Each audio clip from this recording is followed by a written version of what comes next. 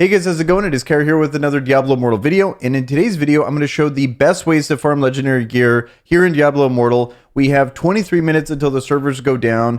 Class change is going to be available when the servers come back up. I think a lot of people are going to be wanting to switch to another class, and farming legendaries is going to be incredibly important because when you switch, you're not going to have your legendaries on the new class. You do save the progress of your old class, as far as I'm aware, with the new patch. So if you come back to your previous class, you don't have to farm those, but you're going to need to farm these legendary items again for all the new potential class changes. So let's get into the best ways to farm legendaries. So what we need to know about farming legendaries is what all the other stuff we don't want to forget about too. So yes, we want to farm legendaries, but we want to get experience fast. We want to get scrap materials. We want to get normal gems. Mainly, it's all going to come down to open world farming. I'll give a couple examples of what you could do. I'm going to show you is a really good spot here. It's in Realm of Damnation. This is a very popular spot, Plains of Torment. And what you do is you run through a circle here. Notice how there's all these people here. And you ideally want to get into a party, because what that's going to do is allow you to get normal gems as well. When you get 4 people in a party, you get normal gems.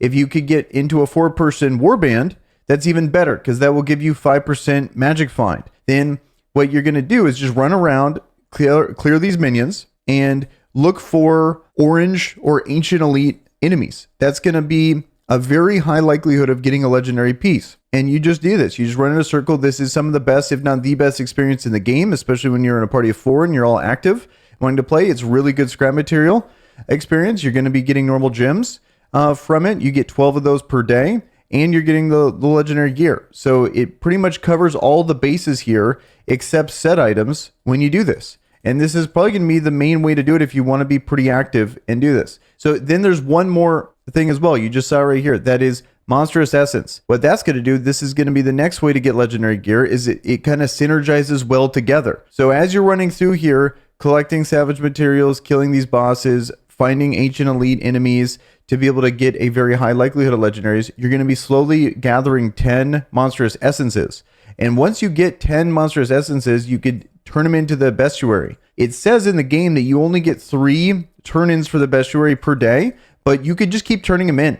You get a boost of experience when you do this, and you have a very high likelihood of dropping more legendaries. I've seen up to 4 legendaries drop from one Bestiary turn-in. Yes, that's incredibly rare, but it is possible. Also, another good spot of warband chests, so you could help out your warband there. So you get a ton of stuff from doing these, and it's really good. What's nice about this is it covers pretty much all your bases. The only thing it leaves out is your set items. You just need to farm dungeons for set items, but you're going to lose out on a lot of benefits here from doing the open world. So I recommend farm the open world as much as possible. And then when you're kind of capped on experience, when you're lower, like maybe 50% experience gain, then you could go do dungeons and you're not really losing out on too much because you're not going to be gaining that much experience anyway. So it's probably optimal to do that. For the most part, this is going to be it. This is the best way to do it. This is easily one of the most popular / best spots. There definitely is a ton of other spots.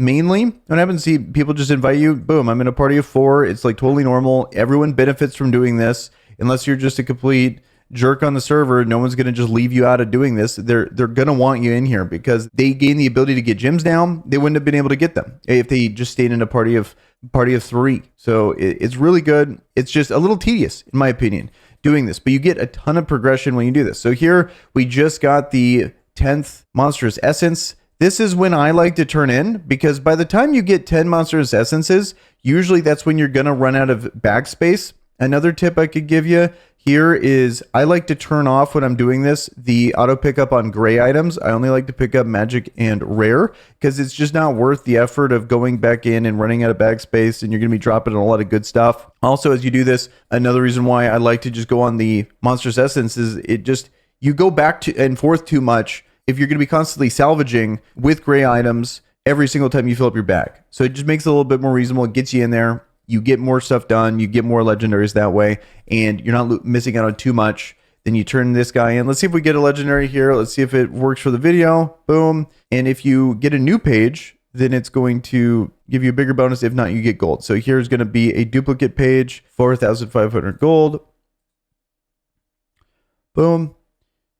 And no legendary, unfortunately, for this video. It would have been perfect if that actually worked out, but that's going to be the turn in that gives you a bigger boost there of experience and legendaries. That's the concept here. Essentially running around a circle. We joke about it a lot that it's just running around in a circle. You're just running around Plains of Torment. It's just this track here is what you're doing. You don't want to go over here. You don't want to go down here. You want to stay in this range here. People always go in a counterclockwise circle here. That seems to be the meta for this. So, but that's pretty much it for this video. Hopefully that helps you guys. Curious to know in the comments which class you're going to be going. I'm probably going to be going a Demon Hunter. I think that's going to be the class I switch to. I'm really excited for that. Curious to hear what you guys are going to be switching to. And with that,